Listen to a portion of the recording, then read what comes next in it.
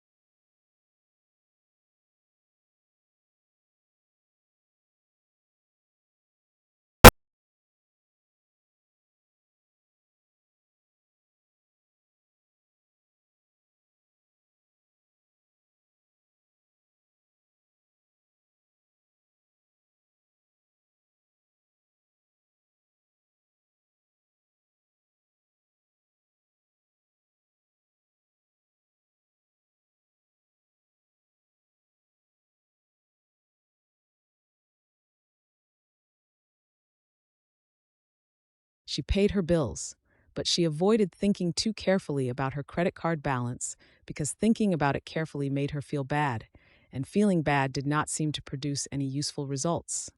When Amara finally did the complete financial audit, she found four things: $40,300 in credit card debt at 22% and 18% interest, $340 per month in subscriptions when she thought she was spending $180, $2,100 in savings earning 0.01% interest, and $912 per year going to credit card companies and interest charges on a balance that did not even feel like a real problem.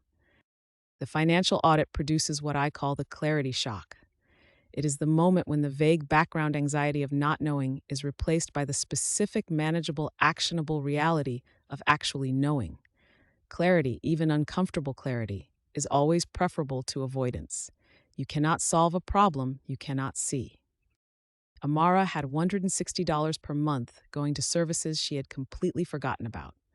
A meal kit delivery she had paused but not canceled. A fitness app downloaded during a short lived January resolution. A cloud storage upgrade she did not need and did not know she had. $160 per month, $1,920 per year.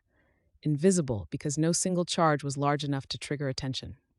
Week 3 has one job: eliminate everything that is not actively serving your financial life and move everything that is to where it works hardest for you. Amara moved her $2,100 emergency fund from a regular savings account earning 0.01% to a high-yield savings account earning 4.7%. The difference was $966 per year in additional interest income. 45 minutes of effort. Permanent automatic annual benefit. Week 4 is about building a budget that actually fits your life, not 15 categories. 4. Fixed essentials you automate and don't touch. Variable essentials you track but don't slash. Savings and debt payments you automate before spending. And discretionary, the only category you actively manage. You only track one number. Everything else runs automatically. Amara's budget revealed that her actual discretionary spending was $890 per month. She estimated $550. The gap was $340 of invisible spending: coffee, convenience purchases, casual dining, small impulse buys that each felt negligible in the moment and collectively added up to a number that consistently exceeded what she mentally accounted for. Knowing the real number gave her information. Information produces choices. Avoidance produces only more of the same. Month 2, the system phase. If month one was about seeing clearly, month two is about building the infrastructure that makes good financial behavior automatic rather than effortful. Weeks 5 and 6 focus on two things simultaneously: automating savings and attacking debt with a defined strategy. Let me tell you about Marcus. Marcus was 34, earning $68,000 per year, and had been trying to save money consistently for 4 years. Not occasionally, consistently. He would set a savings goal, transfer money when he remembered, and transfer it back when something came up. His net savings across 4 years of genuine effort was approximately $1,200.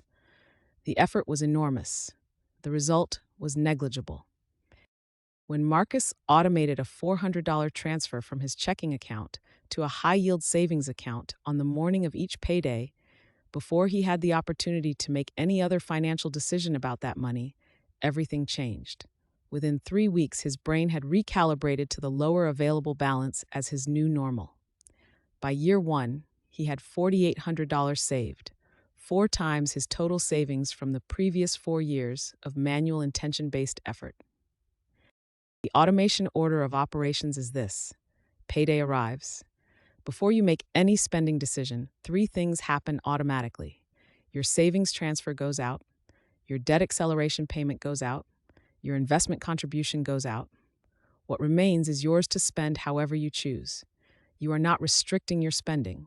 You are changing when the important decisions happen, before temptation, not after. The debt avalanche method is mathematically optimal for virtually everyone. List all debts by interest rate, highest to lowest. Make minimum payments on everything. Direct every additional dollar toward the highest rate debt first. When that debt is eliminated, redirect the full payment to the next highest rate. The payment amount never decreases, it redirects. The psychological momentum compounds alongside the mathematical savings. For Amara, this meant directing $300 extra per month toward her 22% credit card. At minimum payments alone, that card would take 38 months to pay off and cost $410 in interest. With $300 additional per month, she paid it off in 8 months and paid $70 in total interest. The avalanche method saved her 30 months and $340 in interest charges on a single card, using money she had already found in her budget. Here is the critical insight about why automation works when willpower does not. Willpower is a finite cognitive resource. It depletes throughout the day. It is most vulnerable precisely when spending temptation is highest: evenings, weekends, moments of stress or boredom. Automating savings and debt payments removes these decisions from the willpower domain entirely. The transfer happens before the temptation can even form, because the money is not there to be tempted by. Let me tell you about Daniel. Daniel worked in sales and ate lunch out every weekday because that was what everyone on his team did. He grabbed premium coffee every morning because he passed a shop on the way to his car and had done so for 3 years. He ordered food delivery 2 or 3 times per week. He upgraded his phone every 2 years without deliberation. He paid for a gym membership he used sporadically. Annual total for these normalized behaviors: 7,340, never deliberately chosen, simply accreted through habit. Week 7 is about systematically examining every recurring behavior in your financial life and asking not whether it is reasonable, but whether it represents a deliberate choice. The distinction matters because behaviors you have deliberately chosen, you can deliberately modify. Behaviors that exist by default and habit will persist by default and habit unless you interrupt them consciously. Default is not neutral. Default is expensive. Daniel did not eliminate all of these behaviors. He eliminated the ones that failed the honesty test, the ones he was doing out of social momentum rather than genuine preference. Lunch out 3 days instead of 5. Coffee machine at home on weekdays. Coffee shop as a deliberate weekend treat. Food delivery once per week instead of 3. Basic gym tier instead of premium.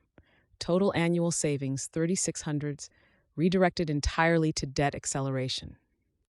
Week 8 is the income awareness practice. This is the week most financial advice skips because expense reduction feels within everyone's control and income growth does not. But here is the truth. There is a ceiling to what expense reduction can accomplish. There is no ceiling to what income growth can accomplish. Week 8 is about bringing the same honest clarity to your income situation that you brought to your expenses in weeks 1 and 2. Marcus's Week 8 income awareness practice revealed that his employer offered a 401k match of 4% of salary, and he was contributing 0%. He was leaving $2,720 per year of free compensation on the table because he had not read his benefits documents carefully. Correcting this single oversight cost him nothing in real net terms because the pre-tax contribution reduced his tax bill by nearly the full contribution amount, and the employer match doubled the effective return. $2,720 per year. Free, unclaimed for years. Month 3, the growth phase. By the time you reach month 3, something important has happened. The automation is running, the debt is reducing on a defined schedule, the savings account is growing, and there is a specific mental shift that occurs when all of these systems are in place. The shift from financial anxiety to financial agency. From feeling like money is something that happens to you to feeling like money is something you direct. Let me tell you about Jennifer. Jennifer was 26 and earning $38,000 per year.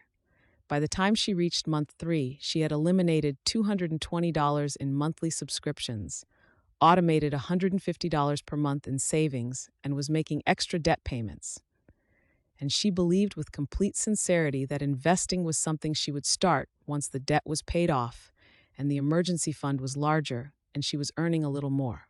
She believed investing was the next chapter, not this chapter. Here is the mathematical reality that makes this sequencing expensive. If Jennifer waited until 30 to start investing and then invested $200 per month until 65 at 8%, she would have $620,000. If Jennifer started $100 per month right now at 26 and increased to $200 at 30, she would have $780,000. The additional $160,000 came from 4 years of $100 per month contributions, $4,800 total, that had 40 years to compound. The amount is small. The timing is everything. The setup is simple and takes less than 20 minutes. Open a Roth IRA at Vanguard, Fidelity, or Schwab. Choose a total market index fund with an expense ratio below 0.1%. Automate a monthly contribution in whatever amount is genuinely affordable. Even $25 counts. Set it up once. Let it compound for decades. The vehicle is not complicated. The commitment to starting now rather than later is the entire variable. Jennifer opened a Roth IRA in week 9 and automated $75 per month to a Vanguard Total Market Index fund. She did not stop making extra debt payments. She did not pause building her emergency fund. She did all 3 simultaneously at amounts calibrated to her actual income. The $75 per month felt almost symbolic. At 8% average annual return from age 26 to 65, that $75 per month grows to $292,000. The money she contributes is the seed. Time is the soil. Week 11 is about beginning to build what I call the second income foundation, not a fully built side business, not passive income requiring significant upfront capital. The foundation, the first steps toward income that exists independently of your primary employment. The framework starts with 3 questions. What skills do you have that others pay for? What knowledge do you have that others lack? What time can you deploy productively? The intersection reveals your starting point. Marcus was a senior sales professional. He knew that small businesses in his sector frequently struggled with the early stages of their sales process. He offered one consulting session to a former colleague and charged $150 for 2 hours. The colleague found it valuable. He offered it to 3 more people through his network. Within 6 weeks of week 11, he had $450 per month in additional income, requiring approximately 6 hours of his time.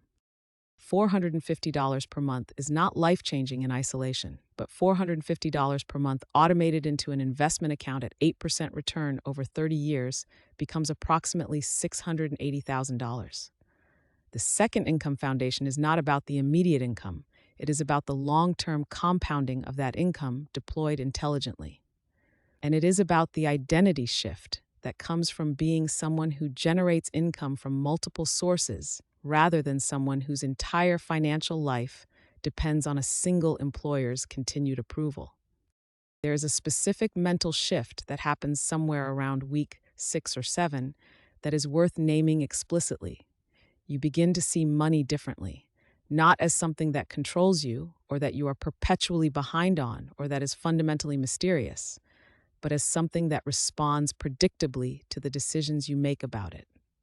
That shift in perception is arguably worth more than any specific dollar improvement because it changes how you approach every financial decision for the rest of your life. Let me give you the 90-day results for all 4 people. 4,800 annual financial improvement, 11,806 annual financial improvement from savings automation, claimed employer match, and initial consulting income. Jennifer, 5,340 annual improvement and debt repayment timeline shortened by 14 months. Daniel, debt repayment accelerated by 11 months through $3,600 in reclaimed normalized spending. None of them became wealthy in 90 days. All of them changed their trajectory permanently. Here's what I need you to understand about why this 90-day framework produces results when years of good financial intentions do not. It is not the individual strategies. The debt avalanche is not a secret. High-yield savings accounts are not hidden. Automating savings is not an original idea. The difference is not the information. The difference is the structure. A 90-day plan is different from intending to be better with money indefinitely. Indefinitely is not a commitment. It is a direction without a destination. The Tuesday morning where you open your banking app out of anxious habit does not disappear immediately. But somewhere around week 6 or 7, it starts to feel different. You are not checking to see if everything is okay. You are checking to see how your plan is progressing.